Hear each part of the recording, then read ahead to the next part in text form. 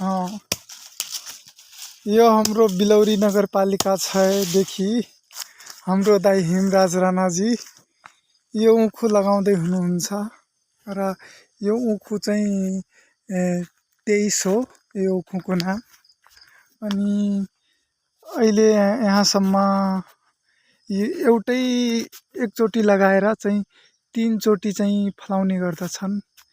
फर्स्टमा बुबारी, फेरि पेडी, पेडीबाट फेरि 3 पेडी, त्यसै गरी अहिले 4-5 साल भइसकेको छ। त्यसै गरी फलाउँदा फलाउँदै अहिले चाहिँ जिटिओ को पद पाइसकेका छन्।